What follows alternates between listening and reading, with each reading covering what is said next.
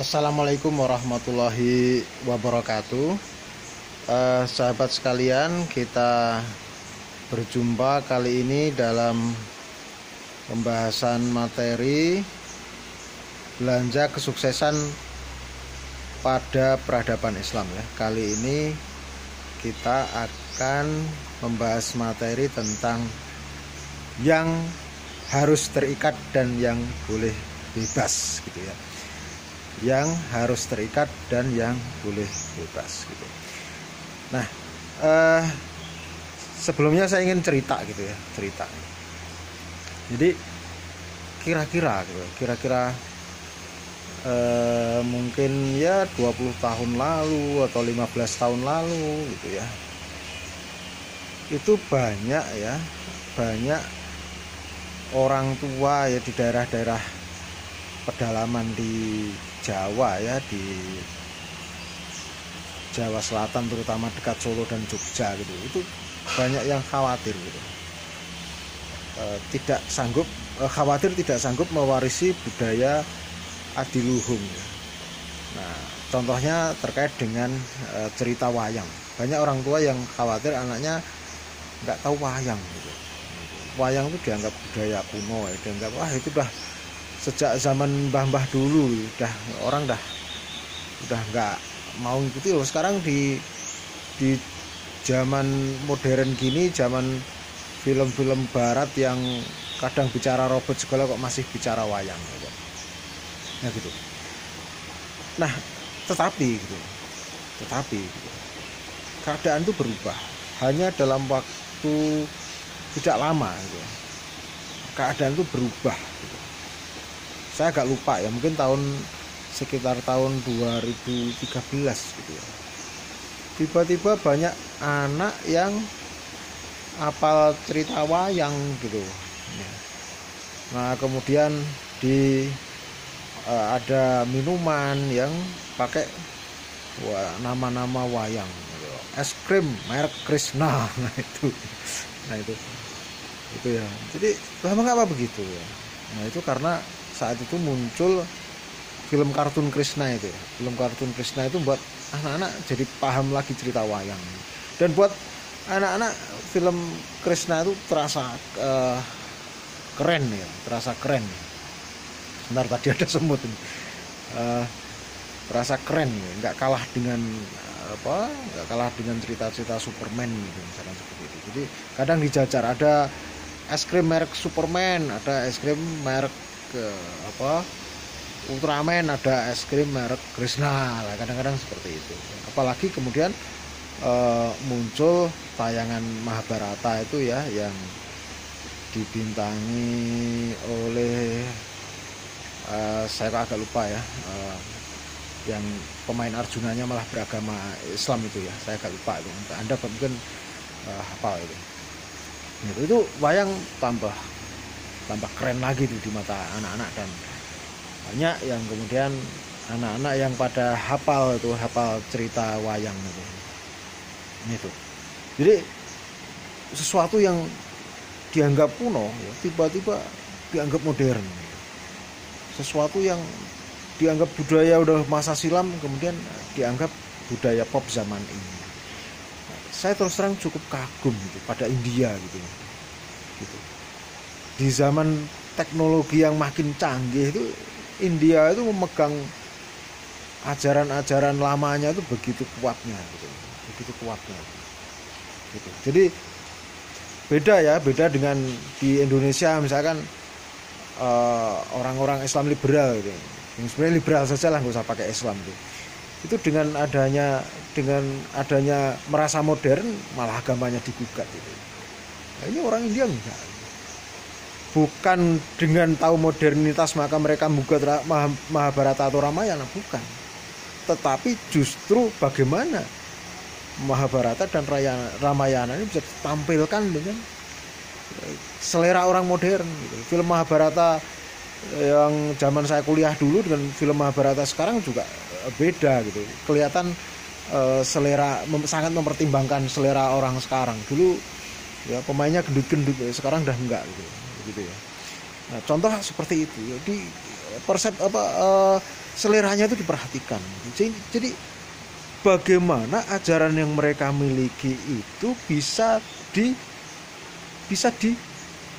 diterima oleh orang di zaman sekarang. Justru itu, bukan malah dengan merasa modern menggugat agamanya, bukan.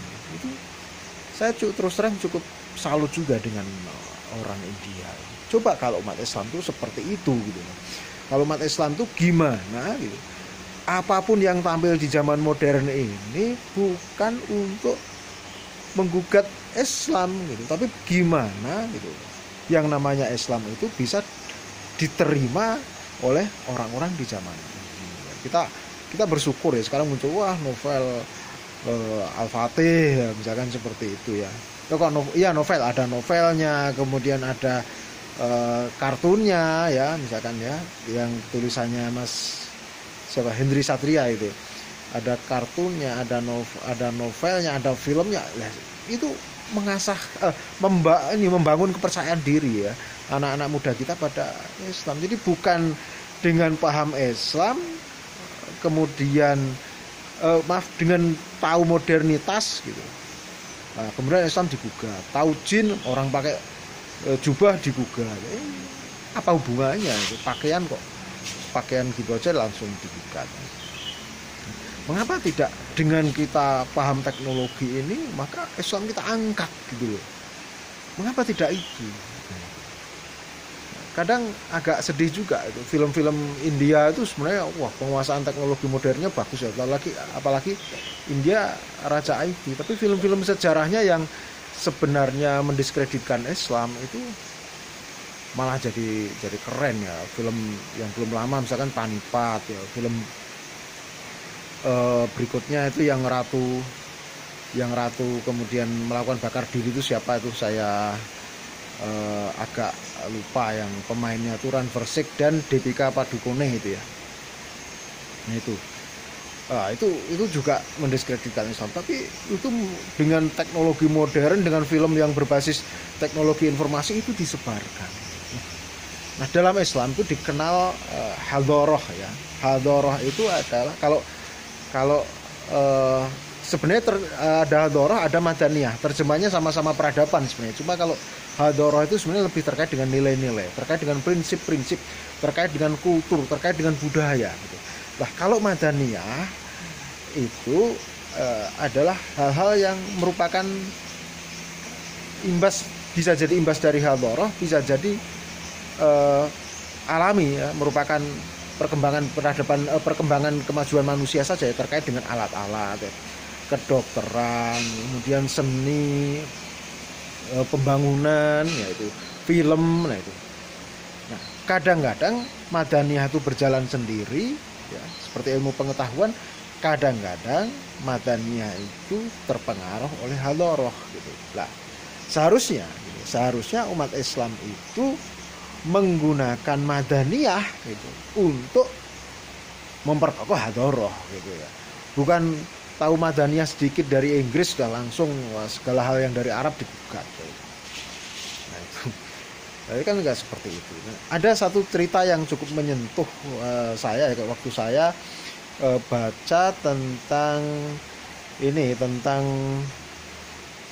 novel, bukan novel ya, catatan perjalanan dari Marior William Thorne ya, seorang perwira anggota pasukan Raffles ketika menaklukkan Kesultanan Jogja tahun 1812 ya. Dia menuangkan ya dalam bukunya itu ya, terkait dengan penaklukan Jawa ya, terkait dengan penaklukan Jawa. Nah pasukan Inggris ya yang hanya sekitar 1.000 orang mengalahkan pasukan Kesultanan Jogja yang berjumlah 10.000 orang ya di sekitar Tuntang itu. Yang kemudian dilanjutkan dengan pengambil alihan istana Jogja oleh Raffles gitu, dengan pengepungan atas Jogja gitu. Jadi memang dia menggambarkan semangat pasukan Inggris gitu yang masuk Jawa itu semangatnya luar biasa. Jadi mereka berpikir bahwa mati di sini nggak apa-apa, tapi toh ada cerita buat anak cucu gitu. Yaitu apa? Membangun tata dunia baru dengan prinsip-prinsip baru versi mereka. Nah, seperti itu. Jadi mati nggak apa-apa, toh ini bagian dari pembangunan peradaban, bangunan dari penciptaan legenda untuk generasi masa depan, seperti itu gitu loh. Sementara pasukan Jogja, ya Kesultanan Jogja saat itu sebenarnya walaupun secara umum muslim tapi berada dalam kemunduran semangat gitu ya. Kesatuannya lebih karena ya ini sudah selama ini terpimpin gitu. Kalau ngurusi sawah ya tentara sekaligus jadi rakyat sekaligus jadi tentara ya, diorganisir gitu. Kalau 100 pimpinannya disebut penatus gitu. Kemudian kalau sudah 1000 orang pimpinannya disebut penewu, misalkan seperti itu. Nanti kalau beda dengan yang lain kan nggak enak, bisa dicibir teman-temannya, seperti itu. Nah, ikatannya sekedar itu. Sementara ikatan tentara Inggris yang 1000 orang itu lebih karena ikatan peradaban yang kokoh. Jadi jangan kita buru memvonis wah senjatanya lebih baik, belum tentu seperti itu. Karena juga Kesultanan Jogja mewarisi senjata warisan Belanda. Oleh karena itu, nah ini mengapa umat Islam saat itu posisinya turun?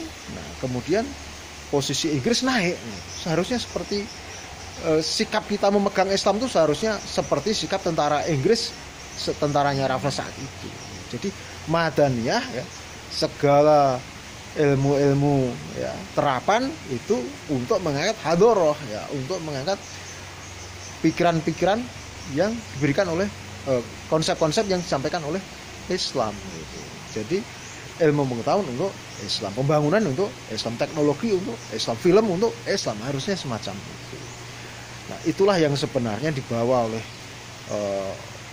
Rasulullah ya, para sahabat itu. Ketika ya mereka ini mengemban apa yang diberikan oleh Allah, kok mengapa ragu kan? Sehingga orang Persia yang maju pun masuk Islam, teknologinya akhirnya dipakai untuk Islam. Nah, kemudian juga Romawi terkalahkan, teknologinya dipakai untuk umat Islam. Seharusnya demikian ya. Jadi kita mengenal ada hadoroh, ada mengenal Madaniyah.